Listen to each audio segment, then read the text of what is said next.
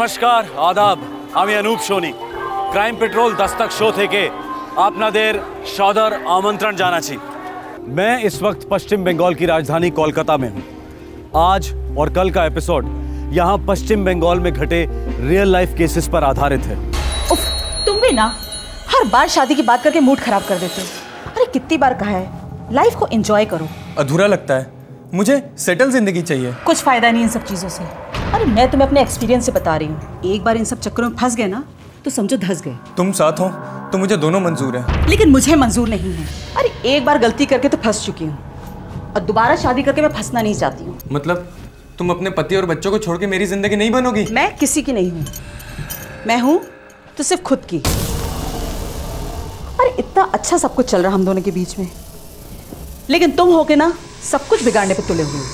नाजायज जिस्मानी रिश्ते भी आखिरकार रिश्ते होते हैं और इनमें भावनाओं का उबाल आना स्वाभाविक है।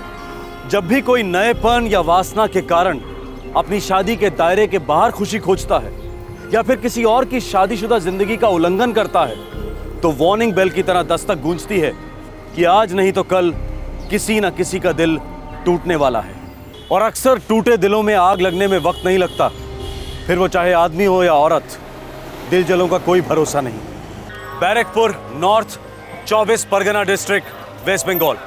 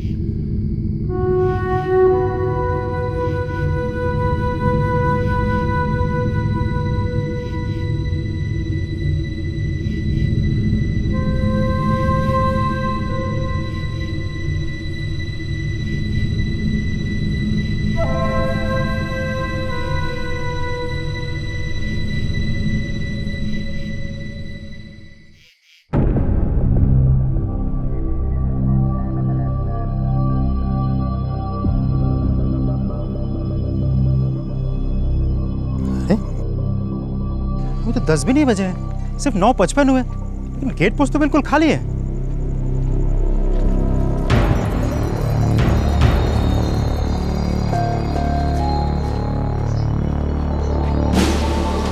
सर, साहब अभी भी 10 नहीं बजे, लेकिन वहाँ गेट पर ड्यूटी पे कोई भी नहीं है सर। की बोलचीस? Yes sir. अरे ऐसे कैसे हो सकता है? शेखर गुप्ता का ड्यूटी है वहाँ पे, जाओ जाके देखो वहीं कहीं होगा। हाँ सर, मैं भी जानता हूँ उसे वहीं होना चाहिए था, लेकिन मैंने खुद जाके देखा शेखर नहीं है वहाँ, शायद जल्दी घर चला गया होगा। व्हाट? घर गया होगा? अरे ऐसे कैसे जा सकता है वो अपना घर? अभी तक राइफल और एमिनेशन जमा नहीं किया उसने।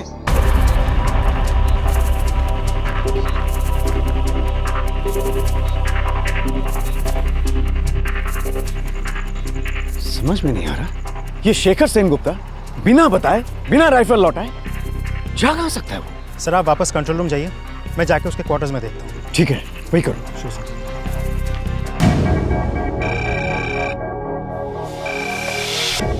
Guard commandant.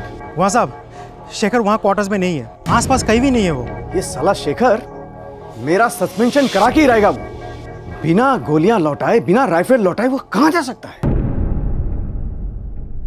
गुहो, क्वार्टर्स बराबर से चेक कर लिया? जी हाँ सर, अंदर बाहर सब देखा। पहले पंकज ने देखा, उसके बाद मैंने भी देखा। अच्छा, चेंजिंग रूम में देखा? जी हाँ सर, वहां भी देखा, वो कहीं नहीं है सर। उसने हथियार डिपॉजिट किए या नहीं? नहीं सर, इसी बात का सबसे बड़ा डर है सर। उसके पास एक SLR राइफल और साथ में 2 मैगजीन्स हैं सर, और हर एक मैगजीन्स में 25 गोलियां हैं सर। इमीडिएटली सभी लाइंस में इमरजेंसी अलर्ट करवा दो। सर वो तो मैंने पहले से ही करवा दिया है। ये साला शेखर ये क्या कहाँ होगा? चिंता तो इस बात की है कि उसने हथियार जमा नहीं किए। आप इसका मतलब समझ सकते हैं सर?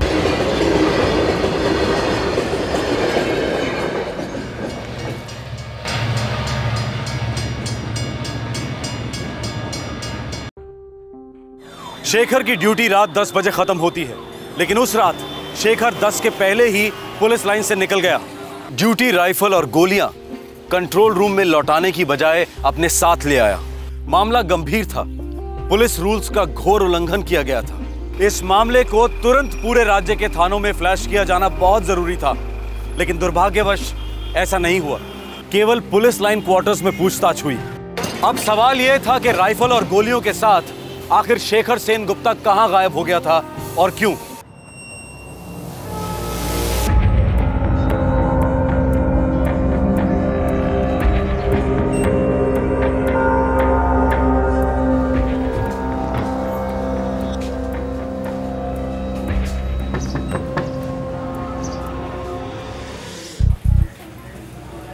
शेखर, तुम्ही इतनी सुबह सुबह? चलो चलो मेरे साथ। तुम भी ना शेखर, अरे हम लोग एक ही बात के बारे में कितनी बार बहस करेंगे? नहीं करेंगे चारू बहस, अब कोई बहस नहीं करेंगे चारू। चारू मैं फैसला कर चुका हूँ, हम अभी शादी कर रहे हैं। तुम चलो बस मेरे साथ। हाथ छाड़ो अमर, बहुत हो गया शेखर। देखो अब मैं तुम्हें ये आखिरी बार समझा रही हूं कि मैं शादीशुदा हूं और मैं अपने पति और बच्चों को छोड़कर कहीं नहीं जा सकती। छोड़ने के लिए यहाँ है ही कौन चारू? तुम अकेली हो तभी तो कह रहा हूं ना। बाद में कर देना ना उसको फोन, कह देना उसको छोड़ दिया तुम्हें। चारू चलो चलो मेरे साथ।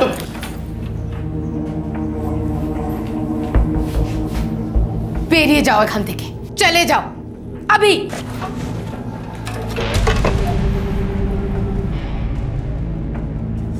ये क्या कर रहे हो? चारू तुम मेरे साथ चलती हो या नहीं? क्यों कर रहे हो शेखर? ऐसा मत करो। देखो मैं तुम्हारे आगे हाथ जोड़ती हूँ शेखर, इरम करो ना। चारू मैं हाथ जोड़ रहा था तुम्हारे कब से मनाने की कोशिश कर रहा हूं तुमको मैं। तुम मान रही हो? नहीं, लेकिन आज मेरे हाथ में ये है। इसको नीचे करो शेखर। एक मिनट शेखर, मैं ऐसे कैसे चल सकती हूँ? देखो मुझे मेरे पति से बात करनी दो, आराम से। बात करनी है तुमको? हाँ। तो बात करो ना तुम। लो बात करो अभी, तुम बात करो। करो चारो बात।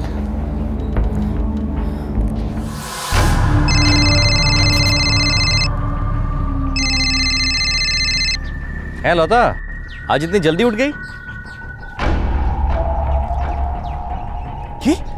नहीं, मैं अभी आ रहा हूँ, हम तातरी अस्सी। क्यों बोलो? हाँ। नहीं हाँ। किचु ना, कुछ नहीं।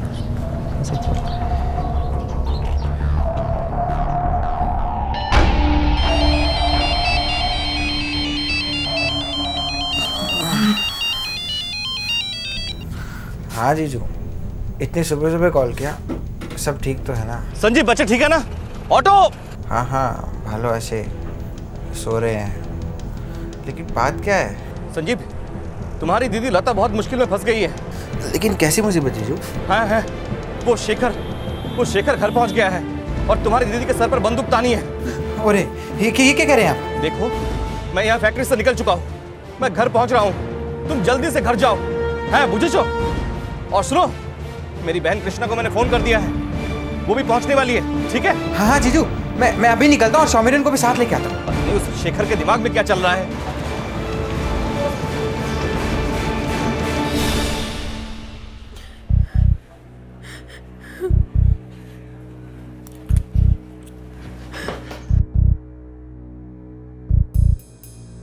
देखो शेखर, अभी जो कुछ तुम कर रहे हो ना, ये बिल्कुल सही नहीं है और अभी तुम होश में नहीं हो।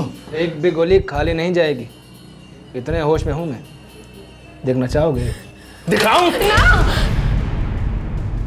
ना चलो चलो फिर मेरे साथ। चलो तुम। शेखर का लता बोबडी तुम्हारे साथ कैसे जा सकती है? वो एक शादीशुदा औरत है और 2 बच्चों की माँ है। शेखर प्लीज समझने की कोशिश करो आप। काका छोड़ दो मेरी माँ को। चुप चुप सब। दिव्येंदु, तुमने इन सबको यहाँ बुलाकर बहुत बड़ी गलती कर दी है। मुझे बहुत गुस्सा आ रहा है इन सब पर। मुझे एक मिनट शेखर, तुम शांत हो जाओ, मेरी खातिर गुस्सा थूक दो। हम बात करेंगे, ठंडे दिमाग से बात करेंगे। शादी के बाद चारों, हम सब शादी के बाद। शादी से पहले मेरा दिमाग अब ठंडा होने वाला नहीं है चारों। बहुत टाइम वेस्ट हो गया है। चलो चारों, चलो चलो तुम अभी मेरे साथ चलो। अरे क्या चलो चलो लगा रखी है? जो तुम चाहते हो वो कभी नहीं हो सकता। देखो शेखर, देखो तुम मेरे भाई समान हो। देखो जो भी बात है, बैठते हैं, बातें करते हैं और आराम से हल निकालने की कोशिश करते हैं। कृष्णा, तुम चाय बनाओ, चाय। तुम सब मेरा दिमाग खराब कर रहे हो। मैं अभी यहाँ बात नहीं कर सकता हूँ। देखो, हम कहीं बाहर चल के बात करते हैं। मेरे घर चलते हैं शेखरदा। तू बीच में मत बोल, समझा? चलो तुम और दिव्येंदु तुम, हम तीनों कहीं बाहर जाएंगे और आखिरी फैसला करेंगे। शेखर, मेरी बात सुनो। दादा और बोधी दोनों की हालत बहुत खराब है। मैं भी साथ चलती हूँ, यकीन मानो मदद होगी। ठीक है चलो। तुमने कहा था ना बात करो। चारों मैं बात कर रहा हूँ ना। हाँ चलो चलो चलो।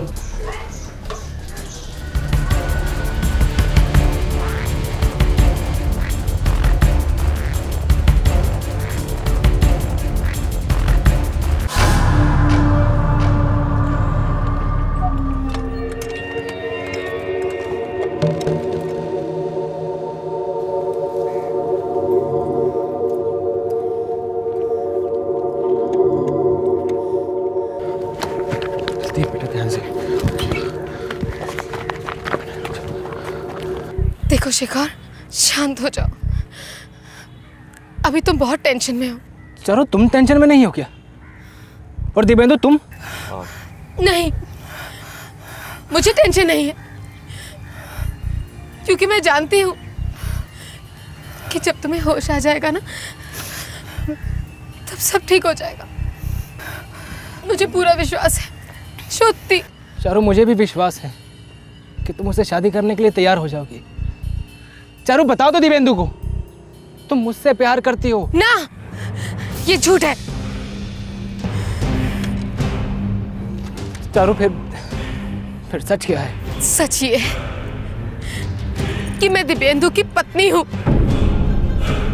मेरे 2 छोटे छोटे बच्चे हैं और मेरा तुम्हारे साथ कोई रिश्ता नहीं है, ठीक है?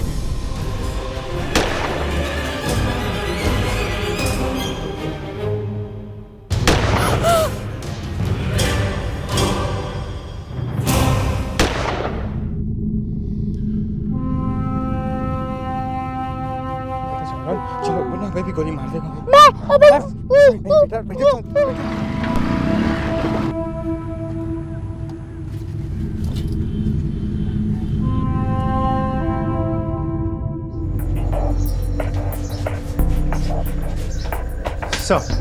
सर, ये शेखर सेनगुप्ता जा कहाँ सकता है, वो भी राइफल के साथ? भाड़ में जाए साला, आने दो साले को। ऐसी खबर लूंगा मैं, इतना बड़ा मेमो बनाऊंगा मैं उसके लिए, सस्पेंशन तो पक्का है साले का। सर, कुछ खबर मिला शेखर सेनगुप्ता का? No sir. उसके नाम के आगे रिमार्क्स लगा दो, dereliction of duty. Okay sir. और जब भी ड्यूटी पे आए उसे लेना मत, सबसे पहले वो मुझसे मिलेगा। Okay sir. साला शेखर कुत्ता गया कहाँ होगा?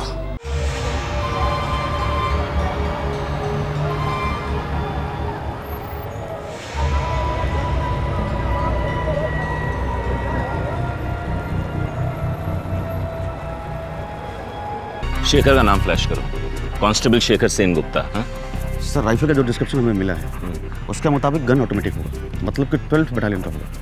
उन्हें सबसे पहले कांटेक्ट करो। सर।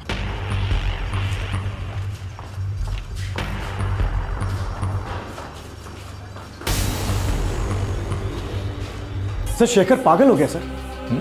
अभी अभी पाल्टा स्टेशन से फोन आया, उन्होंने कहा कि शेखर ने 3 लोगों को गोली मार दी सर, और तीनों मर गए। अरे बकवास मत करो घुआ। सर काश ये बकवास होती, मगर ये खबर पक्की है सर।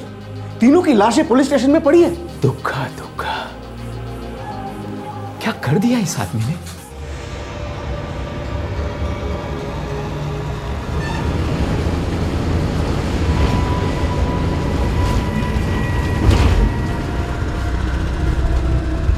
सर सुबह सुबह वो मेरी दीदी के घर आया बहुत जल्दी, तब से उसका दिमाग बिगड़ा हुआ था। तुमने हमें फोन क्यों नहीं किया? पता था उसके पास राइफल है, फिर भी हीरो बनने चली थी। पीछा किया उसका? हम सब बहुत ज्यादा डरे हुए थे सर। मैं तो बस ये पता लगाना चाहता था कि वो उन तीनों को कहाँ लेके जा रहा है, और पता लगते ही मेरा पुलिस को फोन करने का प्लान था, लेकिन उसने तो सर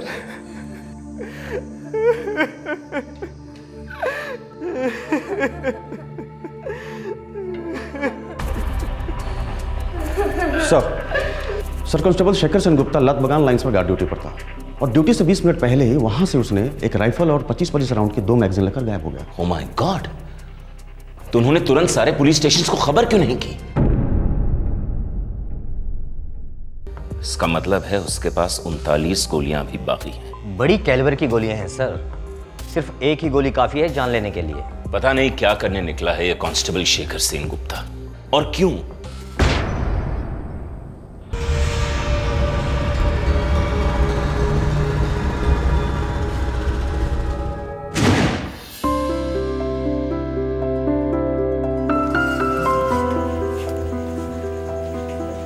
तो माँ दे ही दिया कमरा किराए पर? हाँ दे दिया। ভালো করেছো। खर्चे कितने बढ़ गए हैं देखो, और संजीव का कॉलेज चल ही रहा है, अभी कमाने में वक्त है उसे। किंतु माँ किराए विराए की बात साफ साफ कर ली हो ना उससे? हाँ हाँ पुलिस वाला है, ट्रेनिंग ले रहा है पुलिस में। ओ ताले तो आरो भालो, घर की सिक्योरिटी भी बनी रहेगी ना। जाओ के चाह दिया है। हाँ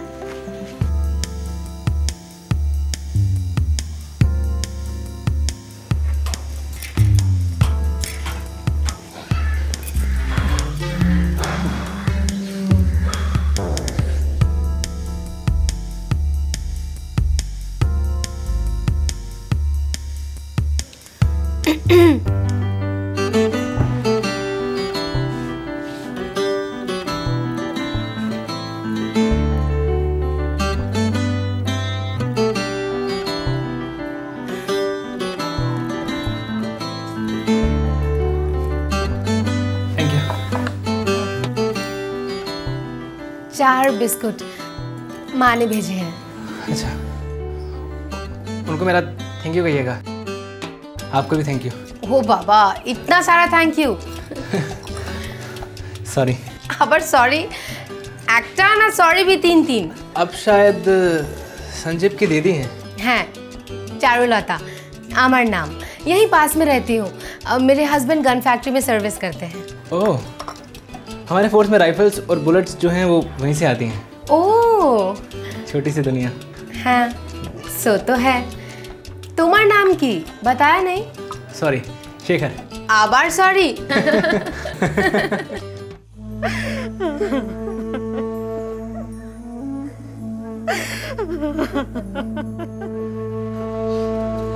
मैं हमेशा चारू से कहती थी दूरे थाक ए पागल थी, लेकिन मेरी बात कभी नहीं सुनी। देखो क्या हाल कर दिया मेरी बेटी को। सर शेखर सेन गुप्ता जलांगी मुर्शिदाबाद से बिलोंग करता है सर। जलांगी में कहाँ? सागरपाड़ा एरिया, और वहाँ की टीम को हमने रेड अलर्ट कर दिया है। स्टेट के हर पुलिस स्टेशन में अलर्ट जारी कर दीजिए। इस आदमी की तस्वीर और डिटेल्स हर पुलिस स्टेशन में होनी चाहिए। सबको पता होना चाहिए कि इसके पास एक राइफल है with 39 live cartridges, and this man is dangerous, very very dangerous. सब हो गया। इनफैक्ट देशबंधु ये कल ही हो जाना चाहिए था। सर हमने पुलिस को अलर्ट कर दिया था, लेकिन that was not sufficient. State के हर पुलिस स्टेशन में खबर पहुंच जानी चाहिए थी। पुलिस रूल बुक के हर नियम को तोड़ा है उसने। अपने राइफल और एमुनिशन वापस नहीं की है। एम आई राइट? हमसे बहुत बड़ी गलती हो गई। अब इस गलती का नतीजा कितना बड़ा होगा ये तो वक्त ही बताएगा।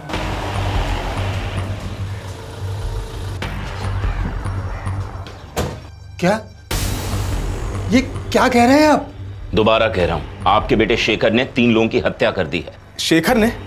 साहब उसका कोई हमारे पास फोन नहीं आया था। देखो वो जैसे ही तुम्हें फोन करेगा तुम मुझे फोन करोगे, और जरा भी देर की तो फिर तुम्हारी खैर नहीं। चलो। अमर शेखर, बाबा संभालो। क्या कर दिया रे तूने? बाबा संभालो। मुझे पता था कि एक न एक दिन कुछ ऐसा होना ही था। कितनी बार समझाया कि वो शादीशुदा औरत है, उसे भूल जा, कोई दूसरी कर ले, लेकिन उस औरत का जादू उसके दिमाग में कीड़े की तरह घुस गया था। प्रेम बड़ो मधु, कभू काछे कभू शुदू। शर्म नहीं आती? एक शादीशुदा औरत से क्या क्या करवा दिया तुमने? क्या कहूँ? सॉरी या थैंक यू? चुप, बदमाश। तुम्हारे लिए ना अब एक अच्छी सी लड़की देखकर शादी करवानी पड़ेगी तुम्हारी। लड़की तो मैंने देख ली है। अच्छा, श्रुति के गो कौन है? अब मुझ जैसी है या नहीं? सुशील, संस्कारी, शेरनी है, सुंदरवन की शेरनी। अच्छा चारू, तो जमाई जी तुमसे बात करना चाहते हैं। है माँ, आज जी। माँ जाने दो। फिर कब? जब चारू, तुम हमेशा के लिए मेरी हो जाओ ना। चुप, लालची। मैं गाना सुन रही थी, सेलफोन का रिंग नहीं सुनाई दिया ना सोना। हाँ, शाम तक लौट आऊंगी। अरे हाँ रे बाबा, दोनों बच्चों को स्कूल से लेते हुए आऊंगी बस। तुम भी ना कैसे बच्चों की तरह नाराज होते हो।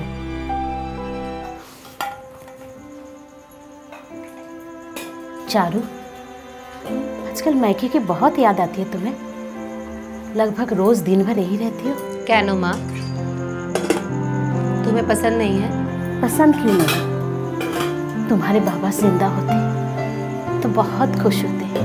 बेटी रोज घर आ रही है, घर खिला खिला सा रहता है। क्या बात है माँ, क्यों लो? तुम्हारे पिताजी देख नहीं पाते कि उनकी बेटी शादीशुदा, 2 बच्चों की माँ, एक पराये मर्द के साथ घंटों बंद कमरे में रहती। माँ, तुम जो सोच रही हो वो सही नहीं है, गलत सोच रही हो। तुम गलत कह रही हो चारू, मुझसे आंखें चुरा रही हो, लेकिन आईने को क्या जवाब देती हो? अपने घोंसले को मत चलाओ।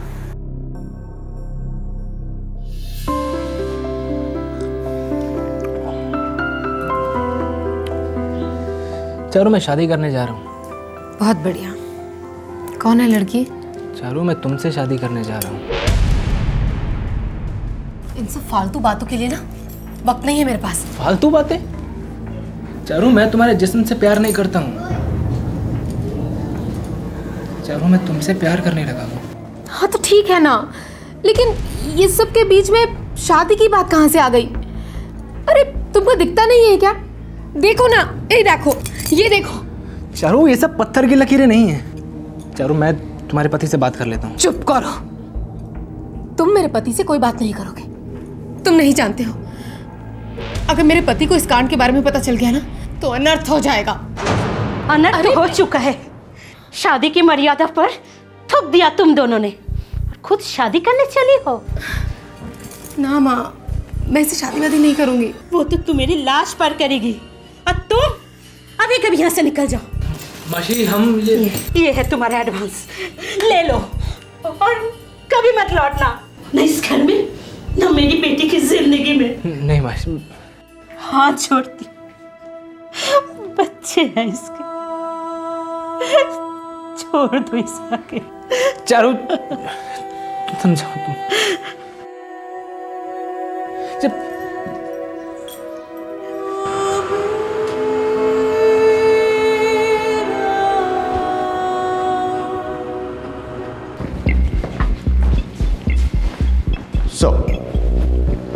सर, शेखर का मोबाइल ऑफ आ रहा था। पता चला कि वो अपना मोबाइल क्वार्टर पर छोड़ कर गया है। मतलब शेखर की लोकेशन के बारे में हमारे पास अभी तक कोई जानकारी नहीं है। वेस्ट बंगाल के सारे पुलिस स्टेशन पर रेड अलर्ट जारी है। पर अभी तो कुछ क्लू नहीं मिला। यहाँ क्वार्टर में उसका कोई दोस्त वोस्त था क्या? यस सर, कांस्टेबल सोमेश दास, उसका रूम पार्टनर था। सोमेश, 1 साल से तुम रूम शेयर कर रहे हो कांस्टेबल शेखर सेन गुप्ता के साथ? जी सर। इस वक्त कहाँ गया होगा वो? पता नहीं सर, पिछले 4-6 महीने से तो ठीक से बात भी नहीं कर रहा था, पूरा दिन फोन पे लगा रहता था। किसके साथ? सर बातों से तो लगता था कि वो लेडी चारुलता के साथ बातें करता था। सर फोन रिकॉर्ड चेक किया, 90% कॉल्स चारुलता के साथ थे। सर हम सब ने उसे समझाने की कोशिश की कि उस औरत के साथ एफआईआर आगे ना बढ़ाए। सर वो मैरिड थी, और फिर शेखर के भाई ने भी उसे काफी समझाने की कोशिश की। शेखर तो बिल्कुल लव क्रेजी था सर, एकदम लव क्रेजी। देख, वो तुझसे 10 साल बड़ी है और उसके 2 बच्चे भी हैं। चल एक बार वो विधवा होती या तलाकशुदा होती तो बात समझ में आती थी। तलाक हो भी सकता है, और जरूरत पड़ी ना तो विधवा भी हो सकती है वो। एक तमाचा मारूं तुझे, क्या हो गया तुझे? प्यार हो गया दादा मुझे। और हमसे नफरत?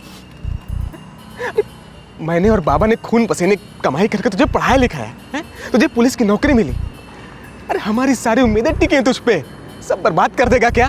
दादा आप सबकी तरफ मेरी जो भी ड्यूटी बनती है मैं उसे हर हाल में पूरा करूँगा।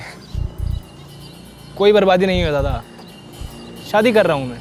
सर मुझे तो कभी कभी लगता था कि वो मेंटल हो चुका है, अपने ही ख्यालों में रहता था, यहाँ तक कि ड्यूटी पर भी। हाँ, शायद उसे यकीन हो गया था कि चारुलता के साथ उसकी शादी वादी तो होगी नहीं, इसलिए उसने ये हत्याकांड सोच समझ के प्लान करके किया है। सर हो सकता है, पर जो आदमी किसी औरत से पागलों की तरह प्यार करता हो वो उसे मार कैसे सकता है? क्योंकि प्यार भी पागलों वाला ही था, और ऐसे प्यार को नफरत में बदलते देर नहीं लगती, और फिर नफरत भी पागलों वाली हो जाती है।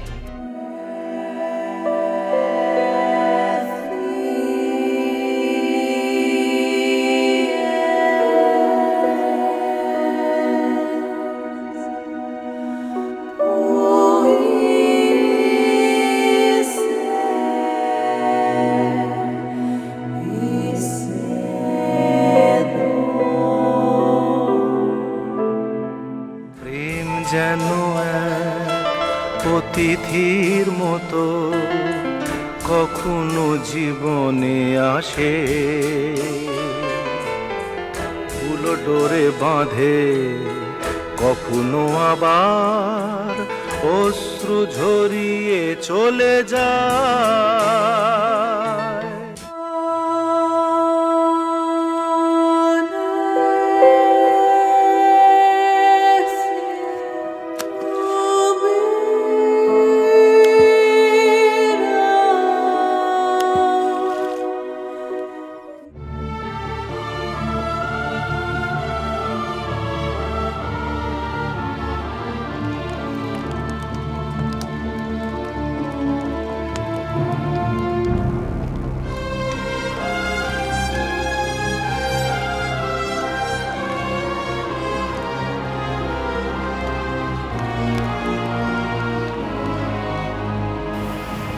एक जवान पुलिस कांस्टेबल के सामने उज्जवल भविष्य था, लेकिन एक अफेयर ने उसे खूनी भगौड़ा बना दिया जो अपनी ही फोर्स से भाग रहा था। पर क्या वो दरअसल अपने आप से भाग रहा था? क्या हासिल हुआ उसे चारुलता, उसके पति देवेंदु और देवेंदु की बहन कृष्णा को मौत के घाट उतारकर? इस घोर अपराध के बाद इस हत्यारे ने अपने हथियार को गायब कर दिया। अब आगे क्या होने जा रहा था? क्या था उसका इरादा? क्या थी उसकी तकदीर? पूरी बंगाल पुलिस फोर्स ये जानने के लिए उतावली थी कि उन्हीं के एक कांस्टेबल ने ये 3-3 हत्याएं क्यों की।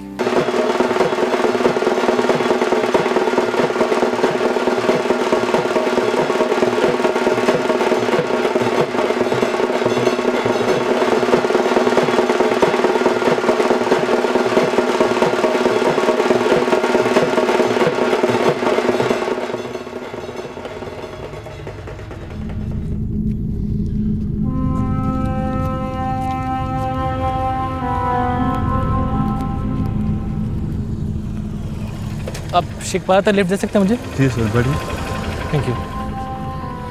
शेखपारा पश्चिम बंगाल और बांग्लादेश के बॉर्डर पर स्थित है। वहां से कुछ ही किलोमीटर दूर इंटरनेशनल बॉर्डर का खारपारा आउटपोस्ट है। शेखर यहां क्या कर रहा था? आखिर इरादा क्या था इस हत्यारे का?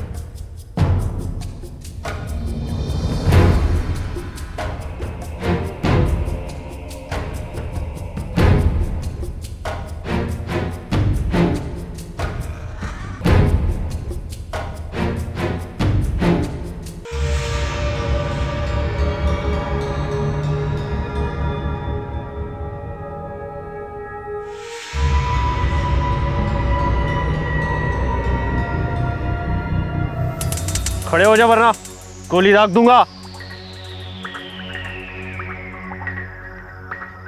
किधर जा रहे थे? साहब मेरा ससुराल ऊपर है साहब। घरवाली बहुत बीमार थी तो उसको वहाँ छोड़ाया था।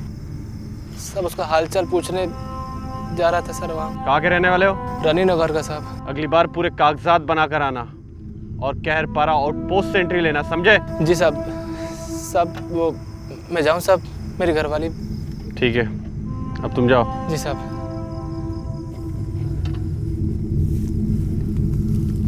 पश्चिम बंगाल और बांग्लादेश की सरहद के दोनों तरफ रहने वाले लोगों के बीच रोटी बेटी का रिश्ता है।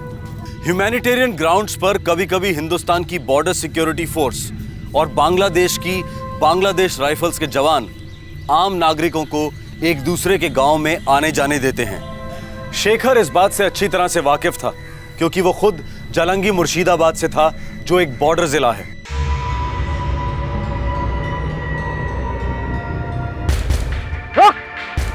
ये जूते कहाँ से आए? दुकान से लिए हैं साहब।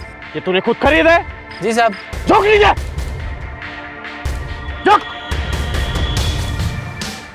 शेखर बॉर्डर से फरार होने के इरादे से आया था, लेकिन उसके जूतों ने उसके इरादों पर पानी फेर दिया। दरअसल जब भी पुलिस कर्मचारी के जूते घिस जाते हैं तो पुराने जूते लौटाए जाते हैं और नए जूते कमीशन होते हैं। फोर्स के जूते कभी भी मार्केट में बेचे नहीं जाते। बीएसएफ के जवान शेखर को आउटपोस्ट के ऑफिस ले गए।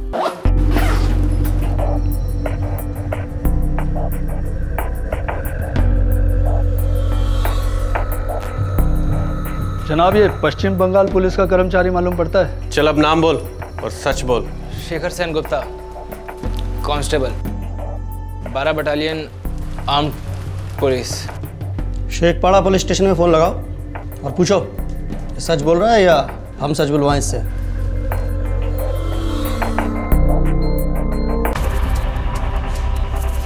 क्या नाम बताया sir? Constable Shekhar Sen Gupta, 12 battalion arm police. हाँ सर, ये तो वांटेड है और कल ही 3 लोगों का मर्डर करके फरार हुआ है। जी धन्यवाद जनाब। 24 परगना पुलिस डिवीजन का कांस्टेबल है।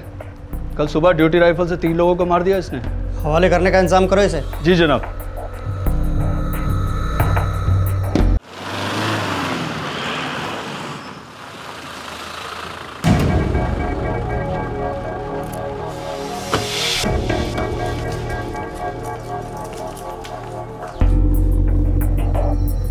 दो छोटे छोटे बच्चों को तुमने अनाथ कर दिया।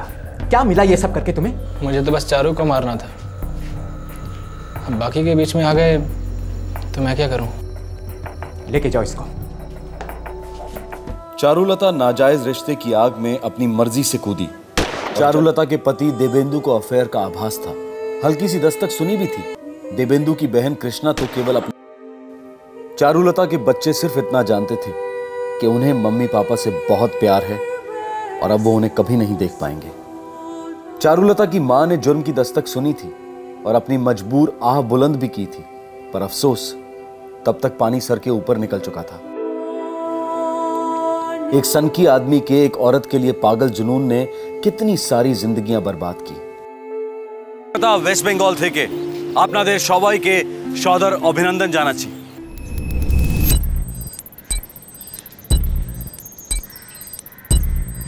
कितना टाइम वेस्ट होता है यार। इन सब चीज़ों से कोई फ़ायदा हुआ है क्या? आज तक किसी बॉम्ब रखने वाले को पकड़ा इन्होंने? फालतू में हम जैसे सीधे लोगों को परेशान करते हैं। देखो, जो होना है वो तो होता ही है ना। ज़बरदस्ती का दिखावा है ये सब। सॉरी सर, ये सोच गलत है।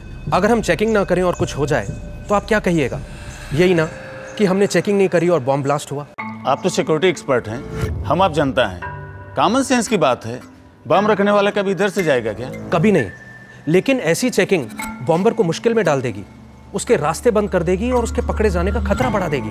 और ये भी कॉमन सेंस की बात है कि आतंकवादी जितना खतरे में उतने आप सेफ। एक बॉम्ब ब्लास्ट और हम सब सुरक्षा व्यवस्था का चीरहरण करने लगते हैं। ये एक भयानक पैटर्न बन गया है।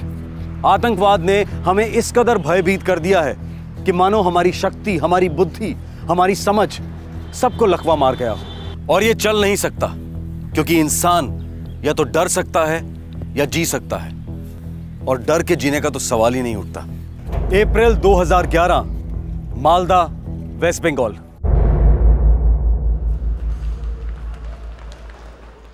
শূন্য যেথা গ্রহরে প্রাচী।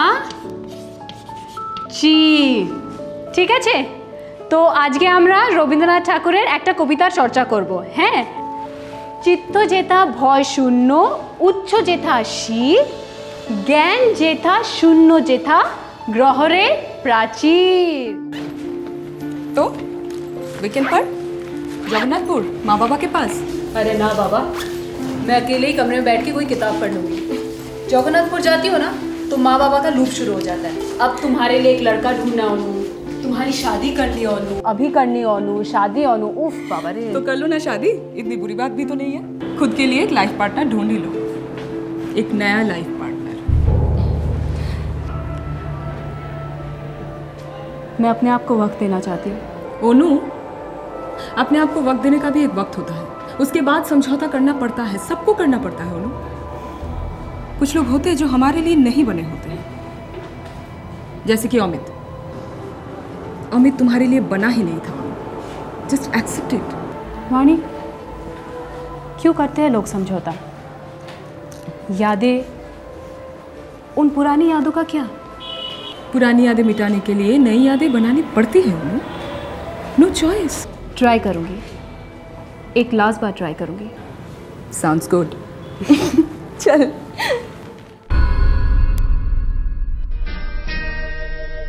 সেই রাতে রাত ছিল পূর্ণিমা, রং ছিল ফাল্গুনি হাওয়াতে। সেই রাতে রাত ছিল পূর্ণিমা। আমি চিনি গো চিনি তোমারে, ও গো বিদেশিনী। আমি চিনি গো চিনি তোমারে, ও গো বিদেশিনী। তুমি থাকো সিন্ধু পারে, তুমি থাকো সিন্ধু পারে, ও গো विदेशिनी। Good morning. क्या बात है, आज चाय के साथ बिस्किट की जगह रोमांस। काम पर नहीं जाना है क्या? इरादा क्या है? इरादा तो काम का ही है, लेकिन संस्कृत वाला। तुम भी ना।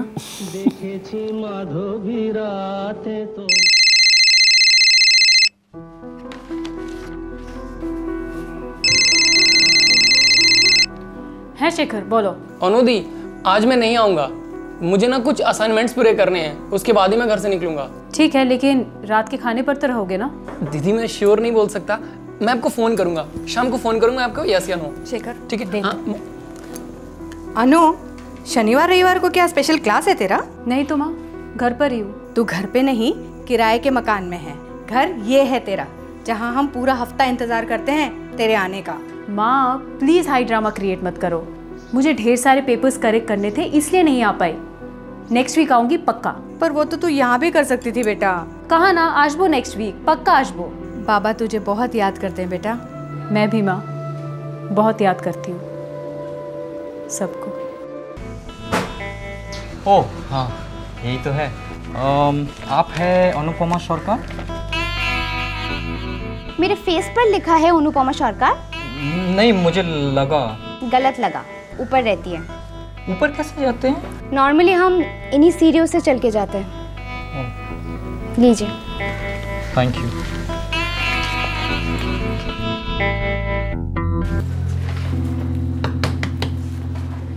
अनुपमा सरकार। हाँ। ये आपका पार्सल है,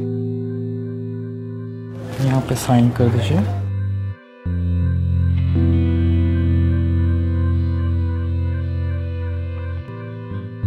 थैंक यू।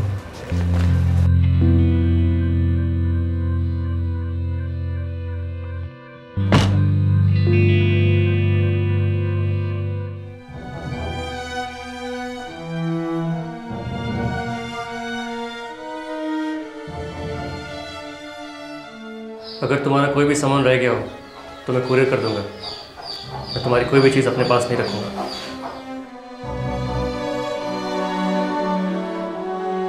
लेकिन तुम मेरे हर चीज़ में, मुझ में हमेशा रहोगे अमित।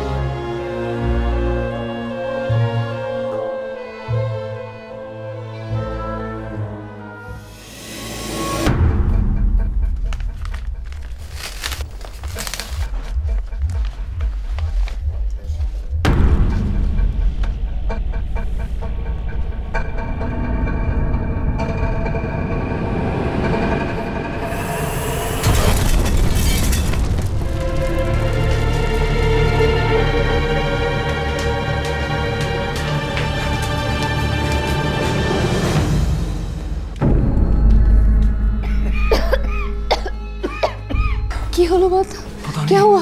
पता नहीं नमक कुछ दिखाई नहीं दे रहा है।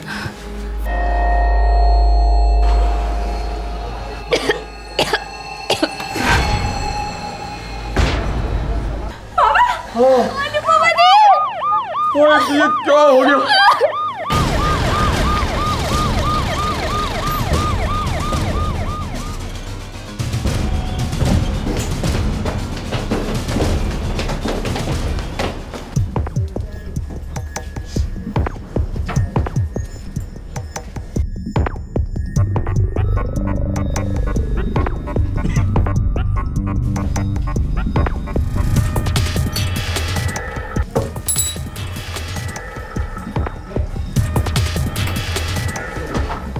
कितने बजे थे? 10:30 बजे थे।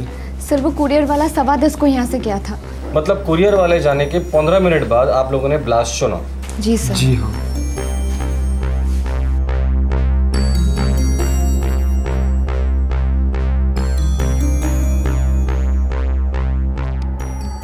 सब पिछले 6 महीने से अनुपमा हमारे यहाँ किराएदार थी।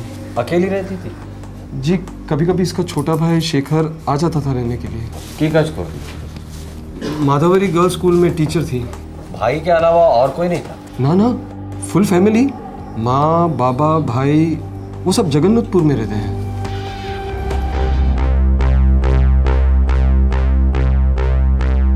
ये आईईडी है, इम्प्रूव्ड एक्सप्लोसिव डिवाइस। सर ये आईईडी का इस्तेमाल तो माओवादी आतंकवादी करते हैं। मालदा के इंग्लिश बाजार इलाके के पास मालन चपली में अनुपमा के घर एक पार्सल कुरियर हुआ और उसके अंदर के बॉम्ब ने अनुपमा की जिंदगी उड़ा दी। इस किस्म का एक्सप्लोसिव पश्चिम बंगाल के नक्सलवादी ग्रुप इस्तेमाल करते हैं। अब कई सवाल उठ रहे थे, क्या अनुपमा नक्सलियों का शिकार बनी थी? और अगर हाँ तो क्यों?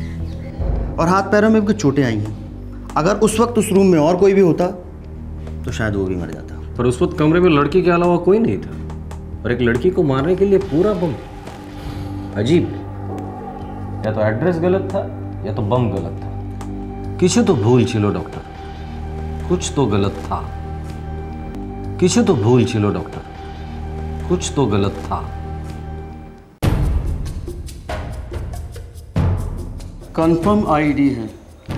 वायरिंग ऐसी की गई थी कि बुक खोलते ही ट्रिगर दब जाता और एक बहुत बड़ा धमाका। पार्सल अनुपमा के नाम का था, मतलब उसके घर पे बॉम्ब भेजा था उसकी जान लेने के लिए। लगता तो ऐसे ही है। अच्छा, ये जो आईईडी इस्तेमाल किया था वो प्रोफेशनल किस्म का था या घर पर बनाया हुआ था? Professional, very professional. ये रही हमारी नक्सलियों की फाइल। लास्ट 6 मंथ में जहाँ जहाँ नक्सलियों ने और माओवादियों ने ये आईडी इस्तेमाल किए हैं वो बिल्कुल इस आईडी से मिलते जुलते हैं। मतलब इसमें नक्सल वाला एंगल भी हो सकता है? ज़रूर हो सकता है। और ये कुरियर कंपनी, इसके बारे में कुछ पता चला? सॉरी, ब्लास्ट में कुरियर कंपनी का एड्रेस वाला रिसिप्ट बुरी तरह से डैमेज हो गया था। जोड़ने की कोशिश की गई पर पेपर जला हुआ था। ठीक है, उस कुरियर बॉय का स्केच निकालो, कुछ चलकर सामने आया तो ठीक है, तो ढूंढ निकालो उस सारे को। मेरी बेटी एक सीधी सादी स्कूल टीचर थी। धमाके में जो बम इस्तेमाल हुआ है वो किसी भी एंगल से सीधा साधा नहीं था मिस्टर सरकार। सर अनुपमा दी पर आप डाउट कर ही नहीं सकते, वो बहुत ही क्लीन लेडी थी। 6 महीने से रहती थी यहाँ। कौन कौन आता था मिलने? 1-2 बार उसके माँ बाबा आए थे, उसे देखकर चले गए। सर जैसे कि मैंने आपको बताया था, अनुपमा दी का छोटा भाई शेखर यहाँ पे आता जाता था। वो यहाँ ही पढ़ता है तो यहाँ और अपने घर के बीच अप डाउन करता है। कोई और?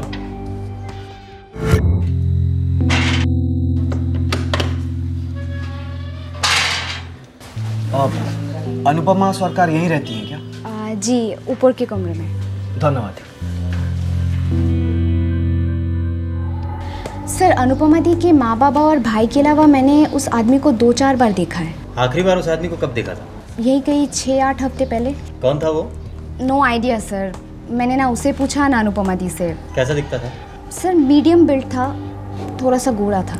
ये अमित सेन गुप्ता कौन है? नहीं पता, कभी सुना नहीं उसके बारे में। पर सर वो कुरियर वाला जो पार्सल देने आया था, उस पार्सल पे अमित सेन गुप्ता का नाम लिखा था। ये लड़का जो पार्सल देने आया था, कुरियर वाला, उसका हुलिया चाहिए हमें। अमित सेन गुप्ता मेरी बेटी का एक्स हस्बैंड, डिवोर्स हो गया था उनका, गजोल में रहता है। एनवलप पे भी यही लिखा है, अमित सेन गुप्ता गजोल। जी अमित का नक्सलवादियों के साथ कोई कनेक्शन है? हमें नहीं पता। 5 साल पहले शादी हुई थी दोनों की, डिवोर्स 2 साल पहले हो गया था। 2 साल पहले जब वो शादीशुदा थे तब उसका नक्सलवादियों के साथ कोई रिश्ता था? हमें कुछ नहीं पता इंस्पेक्टर। तो आपको क्या पता है मिस्टर सरकार? बस इतना कि वो आदमी हमारी अनु के लिए ठीक नहीं था। सर वो अनुदी से नफरत करता था।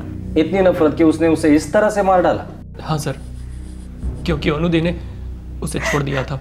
क्यों छोड़ दिया था उसे? मैं और रीना कॉलेज में एक साथ थे। एक साथ थे? हमारी शादी के पहले बताया क्यों नहीं तुमने मुझे? क्योंकि तब मुझे भी नहीं पता था कि रीना के लिए मेरी फीलिंग्स क्या है। इसका मतलब मुझसे शादी करने के बाद तुम्हारे उस रीना के लिए फीलिंग्स जाग उठी। मेरे पीठ पीछे नाजायज अफेयर शुरू हो गया। तुम्हें कोई आइडिया भी है तुम कितनी घटिया हरकत कर रहे हो? शादी से पहले पता होता तो कभी बेटी नहीं देते उसे। साला पकड़े जाने के बाद भी मेरी दीदी से बोला मैं रीना को बुला नहीं सकता, नहीं छोड़ सकता उसे। इतना बेशरम इंसान है ये अमित सेन गुप्ता।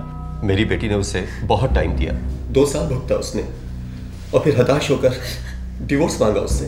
सर सच बात तो ये है वो डिवोर्स देना ही नहीं चाहता था। सोने की मुर्गी जो थी मेरी अनुदी, बेचारी कमा कमा कर पैसे इसके हाथ में देती और वो सारा पैसा उस रखी हुई औरत पर खर्च करता। डिवोर्स मांगा तो हाथ उठाया। हमने अपनी बच्ची को कभी डांटा भी नहीं और उसने पीटा मेरी बच्ची को। हमने पुलिस कंप्लेंट भी की थी हबीबपुर पुलिस स्टेशन में। मेरे पास एमसी की कॉपी भी है। तब उसने हमें धमकी भी दी थी, एक न एक दिन वो मेरी बेटी से बदला लेगा, और उसने बदला ले लिया।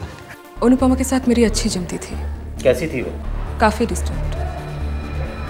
अमित के धोखे का शौक वो बर्दाश्त नहीं कर पा रही थी। इनफैक्ट डिवोर्स के बाद भी वो अमित से उतना ही प्यार करती थी। उसके किराए के मकान पे उससे मिलने एक आदमी आता था। कौन आता था? मैं आपसे पूछ रहा हूँ कौन आता था? डिवोर्स के बाद कोई अफेयर? ना। पक्का? पक्का तो बोलते पर आई मीन नहीं कह सकती, पर अफेयर होना मुश्किल है ऑफिसर, बहुत मुश्किल है। मतलब उसने कभी जिक्र नहीं किया उस आदमी के बारे में जो उससे घर पे मिलने आता था? No officer. सर मुझे नहीं लगता कि मर्डर और ब्लास्ट में कोई नक्सल का एंगल है।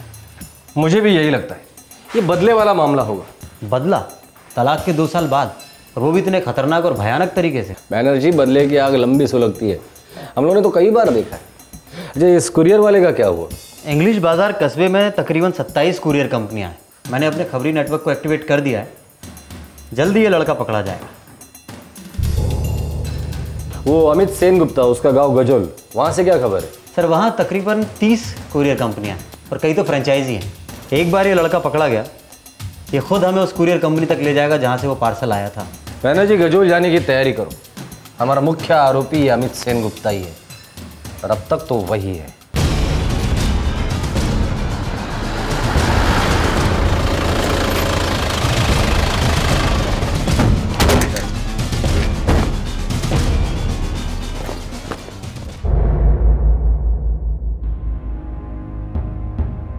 जी मैंने सुना अनुपमा की मौत के बारे में। ये आप ही ने भेजा था?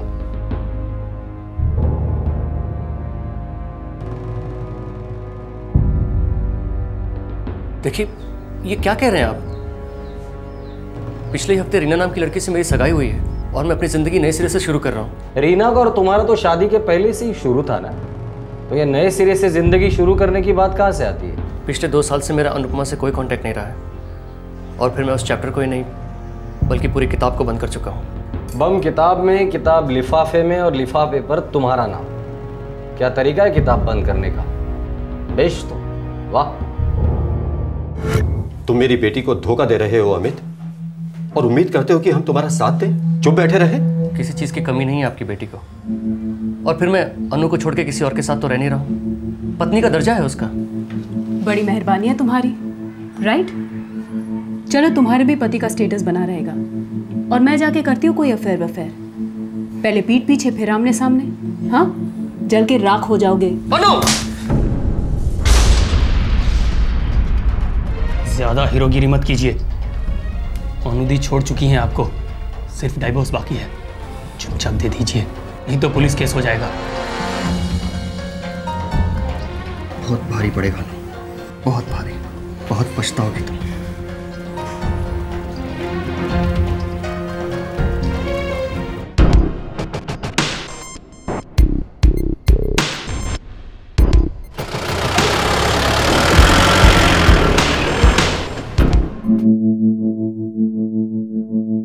जो टॉर्चर आपको आते हैं सब आजमा लीजिए, मगर सच नहीं बदलेगा।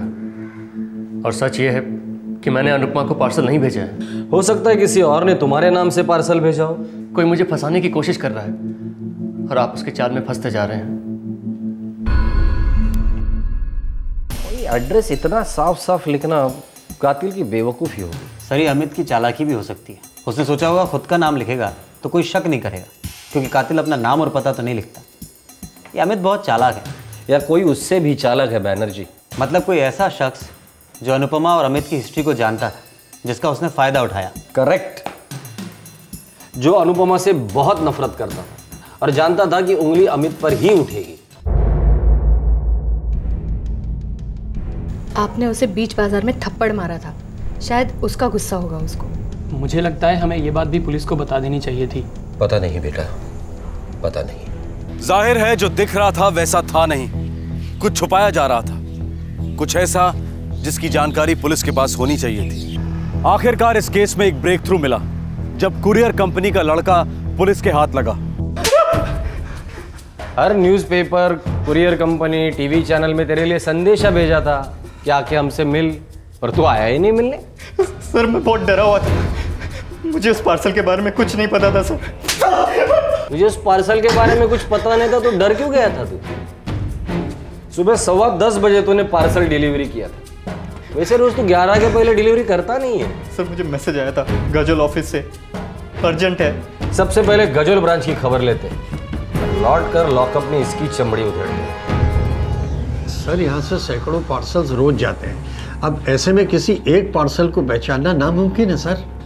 उस पार्सल में बम था मैनेजर साहब, ऐसा बम जो कुरियर इंडस्ट्री की धज्जियां उड़ा सकता है। बम डिलीवर हुआ है आपके ऑफिस से, कोई अचार की बोतल नहीं। मैं आपकी क्या मदद कर सकता हूँ? 16 अप्रैल को पार्सल डिलीवर हुआ था। मुझे उस दिन के सारे बुकिंग और डिलीवरी की रिपोर्ट्स चाहिए अभी। मैं लेके आता हूँ।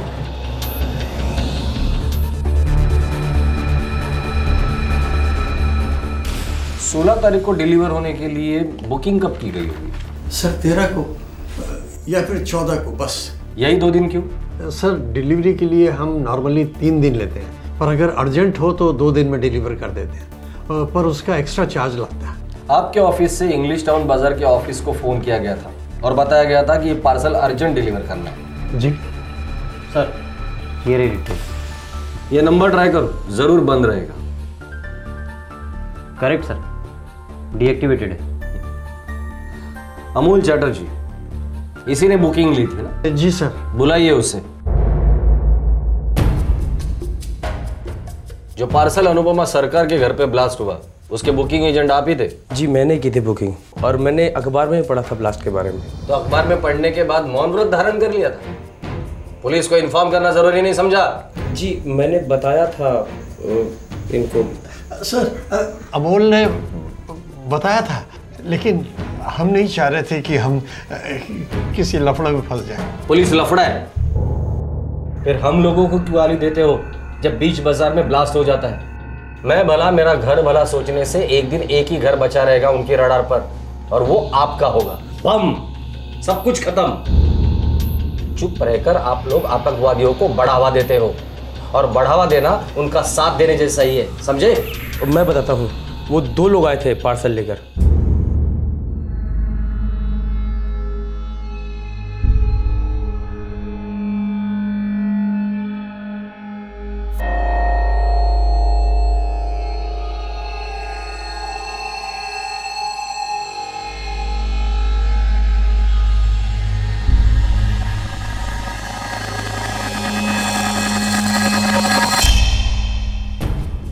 कौन थे वो दो लोग?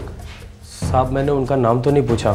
एक गोरा आदमी था मीडियम हेल्थ वाला, और जो दूसरा आदमी था वो उसकी हाइट इतनी थी, कुछ अजीब सी शक्ल थी उसकी, यहाँ के बाल जो थे वो यहाँ तक थे। दादा ये कुरियर मौलाना चौपल्ली कब पहुँचेगा? अगर मौसम ठीक रहा तो 3 दिन में पहुँच जाएगा पार्सल। उससे पहले नहीं पहुँच सकता क्या दादा? हम कोशिश करेगा। दादा थोड़ा एक्स्ट्रा चार्ज ले लो और जल्दी पहुँचा दो ना। 100 रुपये एक्स्ट्रा चार्ज लगेगा तो 2 दिन में पहुँच जाएगा पार्सल। दादा 200 रुपये देता हूँ, कल तक पहुँचा दो। 1000 दोगे तो भी 2 दिन में ही पहुँचेगा। हमारा एक्सप्रेस डिलीवरी 2 दिन का ही है। भालो एक्सप्रेस डिलीवरी से भेज दो इसको, लेकिन थोड़ा जल्दी। हाँ साहब उन्होंने मेरे से मेरा नंबर भी लिया था और कम से कम 1 दर्जन बार कॉल किया और यही पूछते रहे पार्सल गया क्या, पार्सल गया क्या। बैनर्जी, अमोल साहब के कॉल डिटेल्स चेक करो और उनके कॉल्स को ट्रैक करना। सर ये जो 2 आदमियों के बारे में बता रहे हैं उनमें से एक गोरा चिट्टा मीडियम हेल्थ वाला आदमी, वैसे किसी आदमी के बारे में अनुपमा के मकान मालिक की बेटी ने भी बताया था। ये आदमी अनुपमा को जानता था और कोई ना कोई होगा जो इसे जानता हो। सर जिस सिम से इसने फोन किया था उसी सिम से उसे धर लेंगे हम। फाइनली इस केस की कड़ियां जुड़ने लगी। अब पुलिस उस शख्स को ढूंढ रही थी जिसने वो पार्सल भेजा था। आखिरकार कौन था ये आदमी? क्या अनुपमा के घर वाले उसे जानते थे? वो पुलिस से क्या छुपा रहे थे? ठीक ठाक कद है, गोरा चिट्टा लड़का है। मौलाना चौपाली में अनुपमा से मिलने आता था। वहां कोई नहीं जानता कि वो कौन था। क्यों जानतो ना, किसी को भी नहीं पता। लेकिन ऐसा हो ही नहीं सकता कि अनुपमा ने आपको उसके बारे में कुछ बताया ना हो।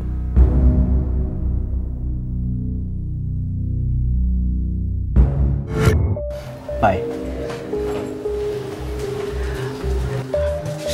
हेलो। हेलो।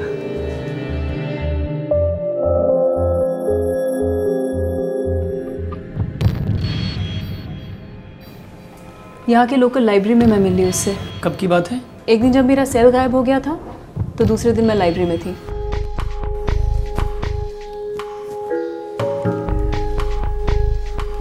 लगता है आप अपना सेलफोन भूल गई थी। Thank you. मैं इतनी परेशान हो गई थी, मेरे सारे नंबर स्टोर है इसमें। इसीलिए तो संभाल के रखा था ताकि जब आप वापस आए तो मैं आपको लौटा दूं। Thank you very much.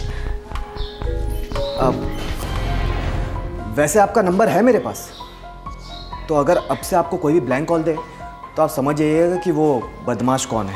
आप मुझे ब्लैंक कॉल्स क्यों देने लगे? मेरा नाम बाबू है और मेरे बाबूजी कहते हैं कि दोस्त और किताबें दोनों कम हो तो परवाह नहीं, लेकिन अच्छे होने चाहिए। सही कहते हैं आपके बाबूजी। वैसे मेरे बहुत कम अच्छे दोस्त हैं, एक्चुअली है ही नहीं।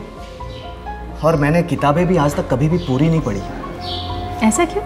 इंतज़ार कर रहा था एक ऐसे खूबसूरत इंसान का जो मेरा बहुत अच्छा दोस्त बन सके, और एक गहरी किताब भी। क्या आप मेरी फ्रेंड बनेंगी? दो फिल्मी डायलॉग्स के हमारे उससे प्यार हो गया आपको? उसके बारे में जानती भी हैं आप? टीवी इंजीनियर है। वो क्या होता है? टीवी इंजीनियर क्या करते हैं? खूब भालो क्वेश्चन। टीवी इंजीनियर बिरयानी बनाते हैं, खूब भालो, खूब टेस्टी। मजाक मत करो, बोलो तो। ओनू सीधी सी बात है, टीवी इंजीनियर टीवी रिपेयर करते हैं। अगर टीवी बीमार पड़ जाए तो हम उसका इलाज करते हैं। ये तुम हमको टीवी का डॉक्टर भी बुला सकती हो। Very funny. वहाँ लाइब्रेरी में क्या कर रहे थे? अरे बाबा, वहां पे टीवी का इलाज कर रहा था। और देखो मेरी तन्हाई का भी इलाज हो गया। ओनू, अग्नि को साक्षी मान के क्या तुम मेरे साथ 7 फेरे लोगी? मैं उस आग में एक बार पूरी तरह जल चुकी हूँ बाबा। ओनू एक बात बताओ, अगर हमारी 5 उंगलियां एक जैसी होती तो क्या हम एक बड़े से अजीब से गोरिल्ला जैसे नहीं दिखते?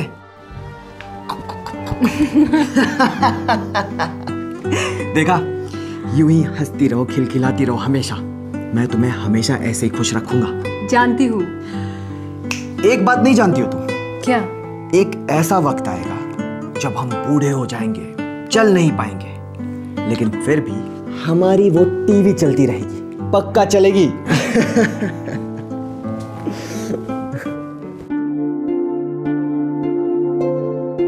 बेटे, इस लड़के के बारे में तुम सब कुछ अच्छी तरह से जानती हो ना? जितना सच मुझे पता है उतना तो मैं जानती हूँ बाबा। और मुझे लगता है कि मैं प्यार करती हूँ उससे, और वो भी करता है। अमित के बारे में कुछ भी ज़्यादा जाने बिना तुम्हारी शादी करा दी। और देखो कितना सहना पड़ा तुम्हें, हमें, हम सबको। किसी के बारे में तो सब कुछ जानना इम्पॉसिबल है माँ।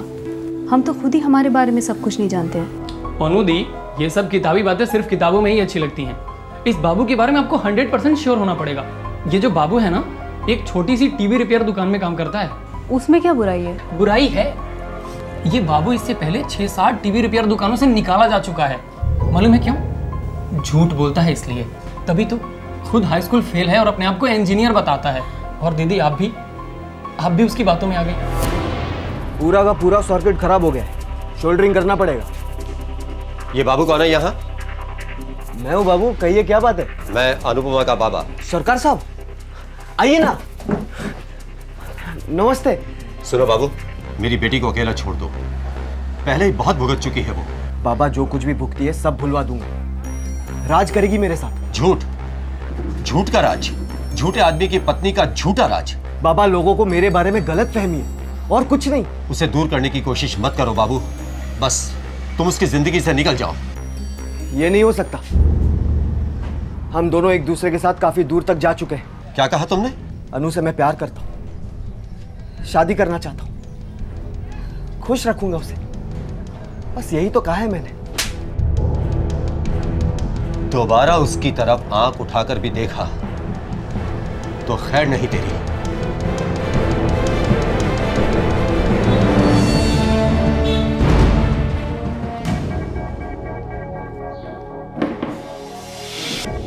मैंने तुम्हें तुम्हारा फोन इसलिए नहीं लौटाया था ताकि तुम मेरे कॉल्स को रिसीव ना करो। बाबू प्लीज तुम जाओ यहाँ से।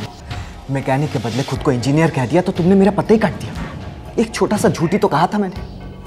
नफरत है मुझे झूठ से, और झूठे इंसान से मैं कोई रिश्ता नहीं रखना चाहती। खुद हरिश्चंद्र की पोती हो क्या तुम? मैंने कभी कोई झूठ नहीं बोला। बोला, मुझसे झूठ बोला, कहा कि प्यार करती हो ना मुझसे, शादी करोगी। वो झूठ नहीं था, लेकिन तुम्हारे झूठ ने मुझे एक नई सच्चाई दिखा दी है। सच्चाई तो मैंने देखी, इस्तेमाल किया है तुमने मेरा। क्या मतलब? शादीशुदा थी ना, अकेले नींद नहीं आती थी, नींद की गोली बनाकर निगल गई मुझे। क्या बक रहे हो? तुम्हें सिर्फ अपनी सेक्स की भूख मिटानी थी मेरे साथ। छी, मैं जा रही हूँ और कभी मेरा पीछा मत करना। रुको, सुनो, मैंने तुम्हारे बाबा को माफ कर दिया, अब तुम भी मेरे झूठ को माफ कर दो और चुपचाप से मेरी पत्नी बन जाओ। ओनू, तुम मेरा पहला प्यार हो, तुम मेरे जिस्म के साथ ऐसे खेल के नहीं निकल सकती हो। मुझे समझ नहीं आ रहा कि मैं तुम पे हंसूं या रो। ये थर्ड ग्रेड सोच है तुम्हारी। और वैसे भी एक हाई स्कूल फेल से और क्या उम्मीद की जा सकती है? ओनू!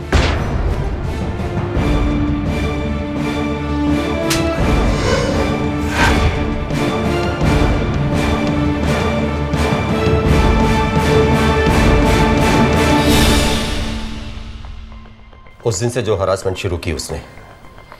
क्या करता था? दिन रात फोन पर फोन, अलग अलग नंबरों से, और फिर धमकियां देता था कि उनके बीच बेडरूम में जो कुछ हुआ इंटरनेट पर डाल देगा।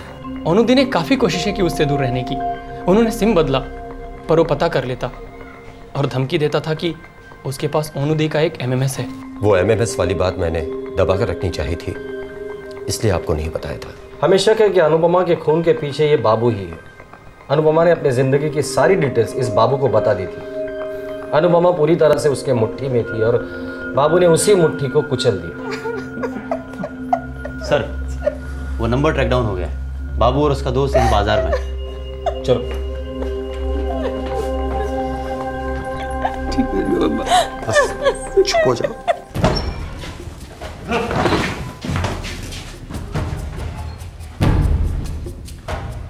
प्यार, मोहब्बत, गुस्सा, नफरत अपनी जगह, और इस तरह किसी को बम से उड़ा देना। क्या चल रहा था तुम्हारे दिमाग में? मेरे दिमाग में उसका थप्पड़ मारना गूंज रहा था साहब, हाई स्कूल फेल बोलना गूंज रहा था, जलील करके रख दिया था बाप बेटी ने मुझे, कहीं का नहीं छोड़ा था, मेरी मर्दानगी को कुचल दिया था उसने साहब।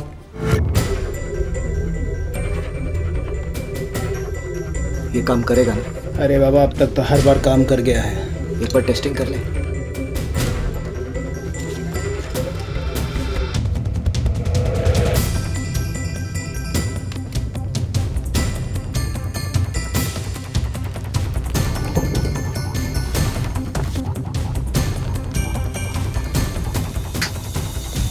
अभी किताब खुलते ही बूम।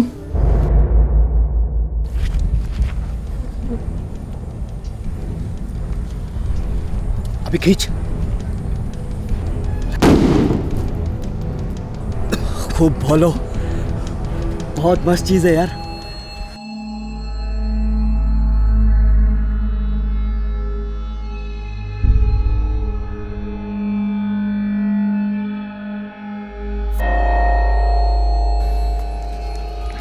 उन्होंने मुझसे कहा था कि अमित ने कसम खाई है उससे बदला लेने की, लेकिन बदला लूंगा मैं और भुगतेगा वो साला अमित। पर एक ही टेंशन है, ये किताब तेरी अनुपमा अपने घर में अकेले में ही खोले, नहीं तो दूसरे लोग मुफ्त में बकरा बन जाएंगे। मासूम लोगों की जिंदगियों को खतरे में डाला। कई मासूम मारे जाते थे जिनका तुमसे कोई लेना देना नहीं था। कोई मासूम मरा तो नहीं ना साहब?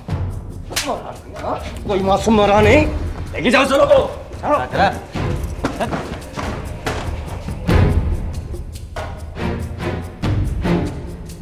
चलो चलो चलो। अमित,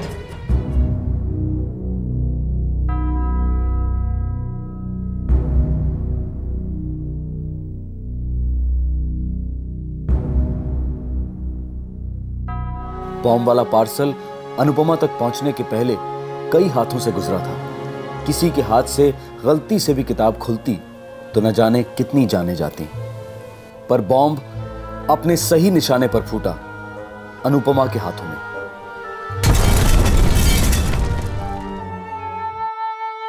दुर्भाग्यवश अनुपमा से सच्चे प्यार ने हमेशा आंख में चोली खेली, उसके दिल की धड़कन का मजाक उड़ाया। उसके दोनों रिलेशनशिप्स विस्फोटक रहे। उन्होंने उसे जीते जी मार डाला। और फिर अगर कुरियर कंपनी में मेटल डिटेक्टर या बॉम्ब स्कैन मशीन होती तो अनुपमा शायद इस वक्त जिंदा होती। इस केस के बाद police force her courier company पर यह जोर डाल रही है कि वो अपने ऑफिस में बॉम्ब डिटेक्शन मशीन फिट करवाएं। यह केस आतंकवाद का भले ना हो, लेकिन आतंक के सौदागरों के तरीकों के बारे में दस्तक जरूर देता है। हमें इन कायरों के हर नए पैतरे का मुंह तोड़ जवाब देना होगा। डर के जीने का तो सवाल ही नहीं उठता। सवाल यह है कि हम कितने चौकन्ने हो सकते हैं और कैसे अपने आप को सुरक्षित बना सकते हैं। फिर मिलेंगे एक नए एपिसोड के साथ। तब तक अपना ख्याल रखें। शुभ रात्रि। जय हिंद। इस तरह के और भी एपिसोड देखने के लिए हमारे चैनल को सब्सक्राइब करें और बेल आइकन दबाना ना भूलें।